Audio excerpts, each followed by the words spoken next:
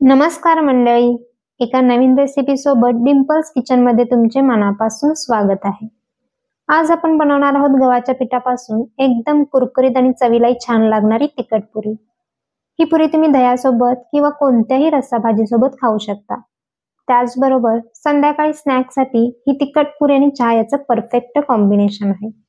चला तर मग वेळ न घालवता लगेचच रेसिपीला सुरुवात करूयात। तिखट पुरी बनवण्यासाठी इथे मी 1 वाटी गव्हाचे पीठ घेतले आहे। त्यानंतर 1.5 चमचा चटणी, इथे तुम्ही कोणतेही लाल तिखट वापरू शकता। घरातील नेहमीच्या वापरातील लाल तिखट किंवा चटणी वापरली तरी चालेल। त्याच सोबत पाव चमचा हळद, 1 चमचा धने पावडर, 1 चमचा जिरे, पाव चमचा ओवा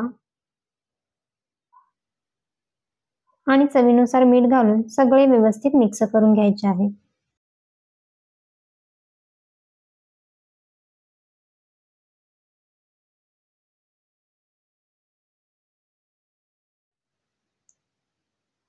आता यात थोडे थोडे पाणी घालून पीठ छान असे मळून घ्या। आपल्याला पुरीसाठी थोडेसे घट्ट पीठ मळून घ्यायचे आहे, त्यामुळे थोडे थोडे पाणी घालून अशा पद्धतीने पीठ मळून घ्या।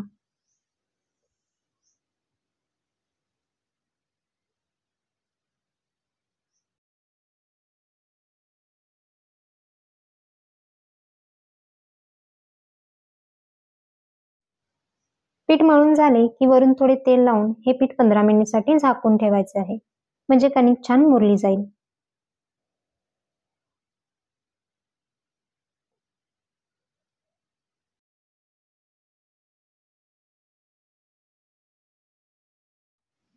पंधरा मिनिट नंतर पुरीचे कणिक छान मुरले आहे। आता लगेचच आपण याच्या पुऱ्या बनवायला घेऊ। तर असे परत काही सेकंदासाठी पीठ मळून घेऊन याचे असे लहान लहान गोळे करून घ्या।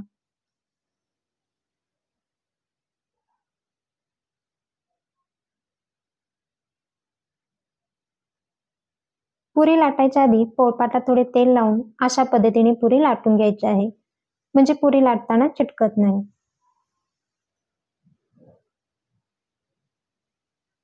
जास्त पातळ किंवा जास्त जाडही लाटायचे नाही आहे, सगळीकडून एकसारखे असे लाटून घ्या, म्हणजे पुरी छान फुगली जाते। जास्त पातळ लाटली की मग पुरी अजिबातच फुगत नाही। पुरी लाटून झाली आहे, आता ही तळून घेऊ। पुरी तळण्यासाठी इथे मी तेल गरम करत ठेवले आहे।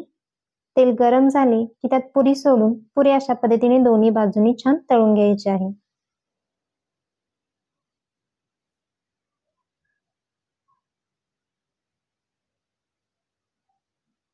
इथे तुम्ही बघू शकता, एकसारखं लाटल्यामुळे पुरी एकदम टम्माशी फुगली गेली आहे।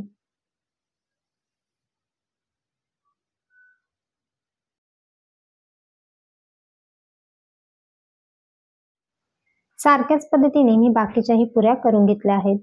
चवीला एकदम छान अशा कुरकुरीत तिखट पुऱ्या तयार आहेत, तेही अगदी कमी साहित्यामध्ये। अजून काही वेगळ्या पद्धतीनेही मी पुरीच्या रेसिपी चॅनलवर शेअर केल्या आहेत, त्याही चेक करा। त्या पद्धतीनेही तुम्ही तिखट पुरी बनवू शकता।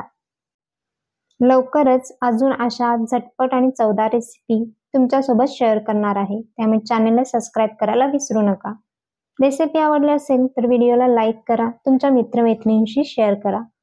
पुन्हा भेटू एका नवीन रेसिपी सोबत।